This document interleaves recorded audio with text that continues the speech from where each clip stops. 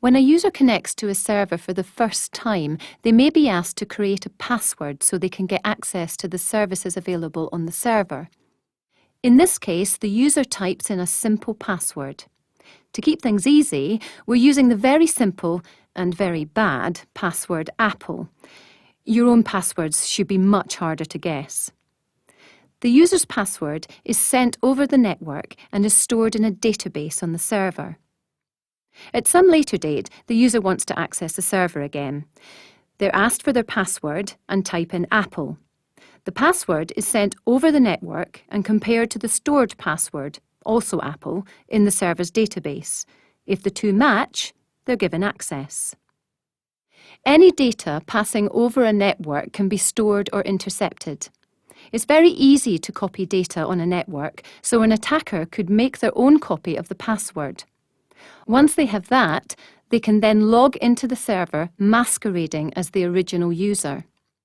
A second problem is that the database itself might be stolen from the server by hackers or even a disgruntled employee. If this were to happen, all of the passwords belonging to all of the users could be misused.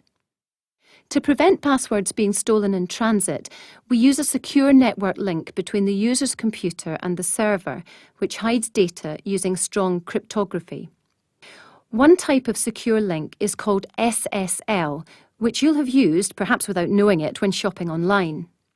It's much harder to stop the server's database being stolen, but we can obscure passwords using a technique called hashing. Hashing is a mathematical technique that scrambles a password to produce a so-called hash. So when the user creates a password, the server turns the password into a hash, and rather than storing the password in the database, we store the hash. So when the user logs in next time, they enter their password, which is sent over the network. The server creates a new hash from the password and compares it to the stored hash.